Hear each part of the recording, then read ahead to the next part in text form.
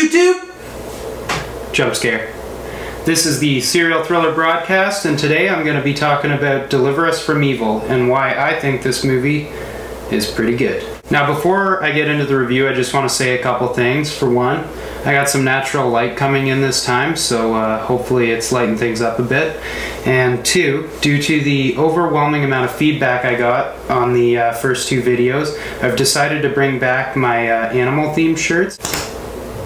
Deliver Us from Evil stars Eric Bana and Edgar Ramirez and is directed by Scott Derrickson. The movie is about a NYPD officer, Ralph Sarchi, and his partner kind of getting involved in this case, which has some supernatural aspects to it. Now, of course, the NYPD cop, he doesn't really believe in this. The main character, he's not into the supernatural and the unknown and stuff like that, so he's very skeptical when the story begins. Until a certain point when he meets the priest, played by Edgar Ramirez, who kind of starts opening his eyes to certain things that are going on and certain things that may have been happening his whole life, and he starts to sort of change his tune after that. Now, one thing that I think a lot of people were very critical of about this movie was the fact that it had a lot of jump scares or fake scares. Now, I definitely believe there's such thing as fake scares in horror movies when there's a random animal or, like a cat or a dog jumping out. However, I think that, for one thing, people go to movies to be scared. People go to horror movies to be scared.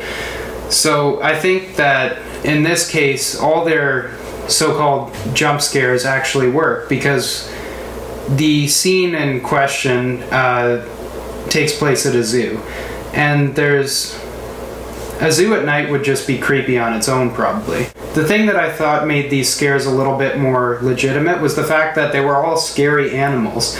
Like, if you were to see a lion or a bear or a monkey all up in your face in the middle of the night, it would probably be pretty scary. So I think in that case, the majority of people were kind of wrong in taking this movie down for that. The other cool aspect to this movie is they kind of explore the gritty, seedier side of New York City with the beat cop at night. You get to see a lot of aspects of what cop life would be like.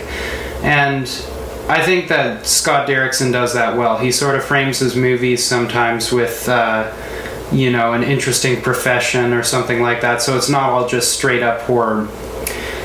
There are some things about it that are a little bit derivative. There's like your exorcism scene, which is obviously very inspired by The Exorcist. And the whole idea of demonic possession has definitely been done before in movies. There was definitely parts that scared me in this movie. But at the same time, it was not as scary as some of his earlier efforts, namely Sinister, which I will review eventually. Really, the reason I decided that I was going to buy this movie, I think, though, was because it just entertained me throughout. Like, sometimes it's nice to watch a horror movie with other elements mixed in, and I think Scott Derrickson as a director does that pretty well. The acting was pretty good on the part of both Edgar Ramirez and Eric Bana. The priest was kind of not your everyday priest, and it definitely shows in the movie, and I think they were going for that. And Eric Bana, I mean, cops are portrayed all the time in movies, and I think he definitely didn't do anything too crazy to stand out. It definitely seems believable the whole time. Another interesting sort of original thing about this movie is that they have a sort of soundtrack that involves a lot of music from The Doors. I think some of the songs they chose, too, just fit perfectly with the scenes and what they're going on. Like, a lot of people found it kind of laughable, but for me it kind of was almost like a cryptic way that a demon might actually try to communicate in real life. Because you got to imagine they're these powerful beings, and they have different avenues as to how they could get in touch with you. So I thought it was something interesting, a different spin on it anyways, and I thought it was a cool theme kind of woven throughout the actual movie. So anyways, I bought it.